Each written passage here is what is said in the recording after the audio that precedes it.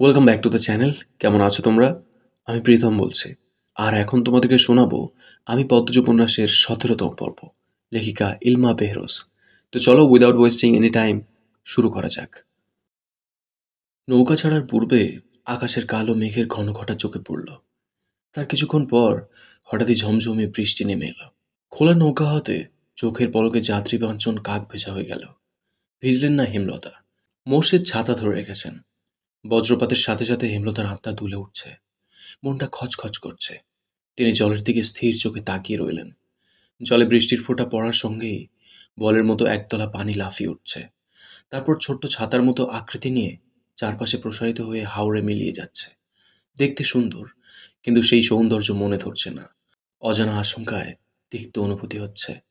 মুর্শিদ গলা খাকারি দিয়ে হেমলতার দৃষ্টি আকর্ষণ করার চেষ্টা করেন। এরপর বলেন, কিছু খাইবা? হেমলতা নিরুত্তর।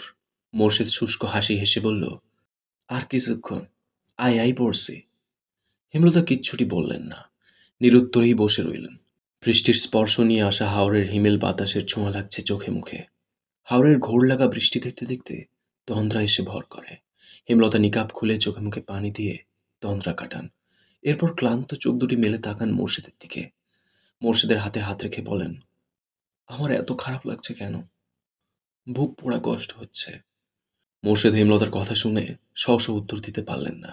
চিত্ত ব্যথায় ভরে উঠল।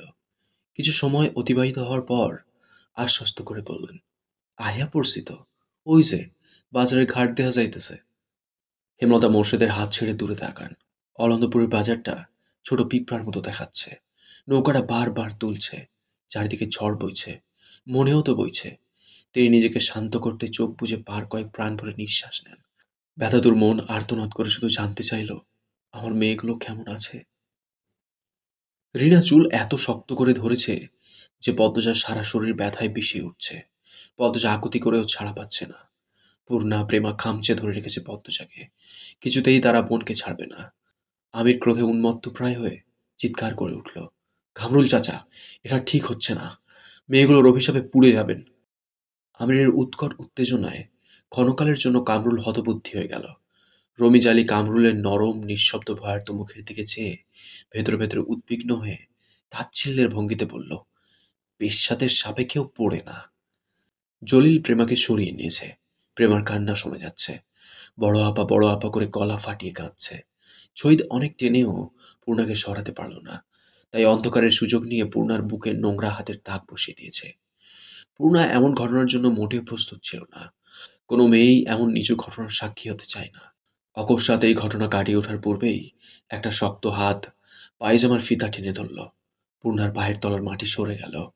ভয়ে গলা ফাটিয়ে চিৎকার করে উঠল, আপা, আপা। পূর্ণার আর্তনাদ পদ্মজার মস্তিষ্ক প্রখর করে তুলল। পদ্মজা মুখ তুলে পূর্ণার দিকে তাকালো। তার চেয়ে কয়েক ইঞ্চি দূরে পূর্ণা। পদ্মজার এক হাতে শক্ত করে ধরে রেখেছে সে। কাছে আসতে পারছে না ছইদের জন্য। পূর্ণার কান্না দেখে পদ্মজা আতঙ্কে নীল হয়ে গেল। গালি দিচ্ছে মা বাপ তুলে।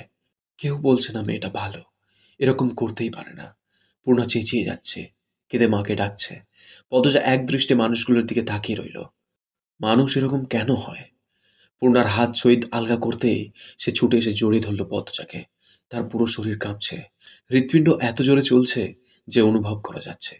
পূর্ণা কাঁদতে কাঁদতে বলল, আপা, আপা, কেন মেয়ে হলাম আপা? এত কষ্ট হচ্ছে আপা, আপা। পদ্মজার দু চোখ বেয়ে টুপ করে দুফোঁটা জল পড়ে। এক হাতে শক্ত করে পূর্ণাকে বুকের সাথে চেপে ধরল। রমিজের উস্কানিতে কামরুল গলা উঁচিয়ে বলল, নটিরে বান শহীদ। পূর্ণার কানে কথাটা আসতেই সে আরো জোরে জোরে পদ্মজাকে জড়িয়ে ধরল। পদ্মজা ঠান্ডা স্বরে বলল, পূর্ণা, ছেড়ে দে আমায়। রিনা পদ্মজাকে চুল ধরে টেনে নিয়ে যেতে চাইলেও পদ্মজার জায়গা থেকে এক চুলও নড়ল না, ঠায় দাঁড়িয়ে রইল। পূর্ণাকে ফিসফিসিয়ে বলল, বেঁচে থাকলে সব উসুল হবে, ছেড়ে দে। পদ্মজার কণ্ঠে কি যেন ছিল।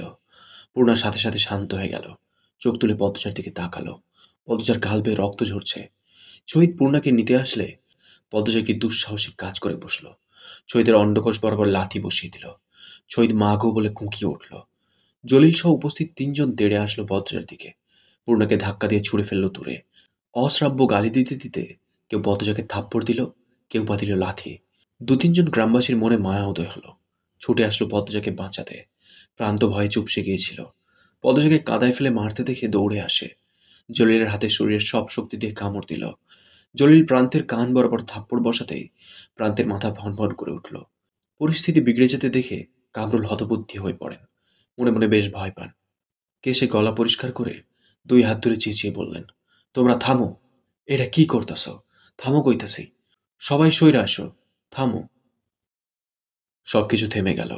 পদজা কাঁচুমাচু হয়ে পড়ে রইল কাদায়। নিঃশ্বাস নিতে কষ্ট হচ্ছে। নাভির নিচে একটা লাথি পড়েছে বেশ জোরে। চোখ বুজে রেখেছে। 2 হাত বুকের ওপর। লম্বা চুল কাদায় মেখে ছড়িয়েছে আশেপাশে। যন্ত্রণায় যেন পাঁজরগুলো মরমর করে ভেঙে যাচ্ছে। পূর্ণা জ্বরের তোপে জ্ঞান হারিয়েছে। হেমলতার মা মঞ্জুরা বাড়িতে ঢুকে পদ্মজাকে এভাবে পড়ে থাকতে দেখে আঁতকে উঠলেন। দৌড়ে এসে পদ্মজাকে তুলতে চাইলে কামরুল হুঙ্কার ছাড়েন, এই শরীরের ধরন যাইব না, জানেন থাইকা। মঞ্জুরা পদ্মজার কামিজ ঠিক করে দিলেন। এরপর দুজন লোককে নিয়ে পূর্ণাকে তুলে ঘরে নিয়ে গেলেন। মঞ্জুরার বুক কাঁপছে হেমলতার ভয়ে। হেমলতা বারবার বলেছিল 2 দিন তার মেয়েদের চোখের আড়াল না করতে, আর তিনি একা বাড়িতেই ছেড়ে দিয়েছেন। ইচ্ছে হচ্ছে এক ছুটে কোথাও পালিয়ে যেতে। হিমেল নাক টেনে টেনে কাঁদছে, জপ করছে হেমলতার নাম।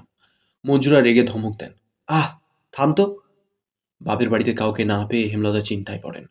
মোর্শেদ বললেন, আমরার বাড়ি দিয়া বইয়া রইছে মনে হয়, আও বাড়িতে যাই। হেমলতা মিনমিনে গলায় বলেন, তাই হবে। দুজন হেঁটে বাড়ির রাস্তায় ওঠে। তখন পাশ কেটে একজন মহিলা হেঁটে যায়। কিছুটা হাঁটার পর মোর্শেদের খটকা লাগলো। তিনি ঘাড় ঘুরিয়ে তাকান। মহিলাটি অনেক দূর অব্দি চলে গিয়েছে। মহিলার অবয়ব দেখে মোর্শেদের বাসন্তীর কথা মনে হলো। মনে মনে আওড়ান, বাসন্তী আইছে। পরপরই নিজের মনকে বুঝ দেন, না না, হে আইব কেমনে, আর আইলেও যাইব গা কেন। তিনি আর মাথা ঘামালেন না। হেমলতার বুক দুরু দুরু করছে। ঠান্ডা বাতাস বইছে। তবুও তিনি ঘামছেন অজানা আশঙ্কায়। বাড়ির কাছাকাছি এসে তিনি দেখতে পেলেন মাতব্বরকে। মাতব্বরের সাথে আরো 2জন ব্যক্তি। এছাড়া বাড়ির সামনে মানুষের ভিড়ও দেখা যাচ্ছে। হেমলতার হৃৎপিণ্ড যেন থমকে গেল। মেরুদণ্ড বেয়ে বরফের ন্যায় ঠান্ডা কিছু একটা ছুটে গেল। তিনি নিঃশ্বাস বন্ধ রেখে ছুটতে থাকেন। পিছলা খেয়ে পড়ে যেতে গিয়েও নিজেকে সামলে নেন। হেমলতার দৌড় দেখে মোর্শেদ অবাক হন। প্রশ্ন করেন, তুমি দৌড়তাছো কেন? হেমলতা প্রশ্নটি শুনলেন না। নিকাব বাতাসের দমকে উড়ে পড়ল দূরে। তিনি ভিড় ঠেলে বাড়িতে ঢোকেন। কোলাহল বেড়ে গেল। এত ভিড়ের মাঝে একটা মেয়েকে পড়ে থাকতে দেখে তিনি অবাক হন। অন্ধকারে মেয়েটিকে চিনতে বেশ অসুবিধা হচ্ছে। তিনি আঙুল তুলে বিড়বিড় করেন, মেয়েটা কে? হেমলতার প্রশ্ন কারো কান অব্দি গেল না। কোথা থেকে একটি আলো এসে পড়ে পদ্মজার উপর। সাথে সাথে হেমলতার চক্ষুদ্বয়ের সামনে পদ্মজার কাদা রক্তে মাখা মুখ ভেসে উঠল। হেমলতা গগন কাঁপিয়ে আর্ত চিৎকার করে উঠলেন, পদ্মজা রে! পদ্মজার বুক ধড়াস করে উঠল। অস্তিত্ব কেঁপে উঠল। আম্মা এসেছে। তার পৃথিবী, তার শক্তি। পদ্মজা দুর্বল 2 হাতে ভর রেখে উঠে বসার চেষ্টা করল। পারল না। ভাঙা গলার জোর দিয়ে শুধু ডাকল, আম্মা, আম্মা। হেমলতার পৃথিবী থমকে গিয়েছে। বিধ্বস্ত, পর্দাহীন, কাদা রক্তমাখা পদ্মজাকে দেখে বিশ্বাস হচ্ছে না এটা তার মেয়ে। তিনি দ্রুত নিজের বোরকা খুলে পদ্মজাকে ঢেকে বুকের সাথে জড়িয়ে ধরেন। অসহনীয় যন্ত্রণায় যেন কলিজা বেরিয়ে আসছে তার। তার সোনার কন্যার এ কি রূপ! কে করল? ফাঁপা কণ্ঠে বললেন, পদ্ম, আমার পদ্ম। হেমলতার বুকে মাথা রেখে পদ্মজা হাউমাউ করে কেঁদে উঠল। বলল, আম্মা, আম্মা। হেমলতা পদ্মজাকে আরো জোরে চেপে ধরেন বুকের সাথে। দৃষ্টি অস্থির। বুক হাঁপড়ের মতো ওঠানামা করছে। মোর্শেদ বাড়িতে ঢুকে উঁচু গলায় বলেন, এইখানে এত মানুষ কেন? মাতব্বর মিয়া, আপনি এই এনে কেন? কি হয়েছে? প্রান্তপ্রেমা দৌড়ে এসে মোর্শেদকে জড়িয়ে ধরল। 2জন ভয়ে কাঁদছে, কিন্তু কান্নার শব্দ হচ্ছে না। মোর্শেদ বিস্ময়ে কিংকর্তব্য বিমূঢ়। মাতব্বর মজিদ গম্ভীর কণ্ঠে কামরুলকে প্রশ্ন করেন, মেয়েটার এই অবস্থা কারা করেছে? এটা কি নিয়মের মধ্যে পড়ে? কামরুল মাথা নিচু করে রেখেছেন। মিনমিনে গলায় বলেন, আমি সেইডারে মারতে কই নাই। জলিল সঈদ আর মঞ্জুর সেটাই নিজ ইচ্ছাই মারছে। আপনি আটকালেন না? আটকাইছি বইলাই মাইয়াটা বাইসা আছে। আর এমন নটিদের বাঁচার অধিকার নেই। থামেন মিয়া, কার কি শাস্তি হবে সেটা আমার দায়িত্ব, আপনার না। শহীদ জলিল আর মজনুর ছেলেকে তো দেখা যাচ্ছে না। আগামীকাল তাদের আমি মাঠে দেখতে চাই। কামরুল মাথা নিচু করে রাখলেন। মজিদ হলো তার ভারী সৎ এবং নিষ্ঠাবান মানুষ। গ্রামের মানুষদের 2 হাতে আগলে রেখেছেন। পুরো অলন্দপুরের মানুষ মজিদকে ফেরেস্তা সমতুল্য ভাবে। 25 বছর ধরে অলন্দপুর সামলাচ্ছেন তিনি।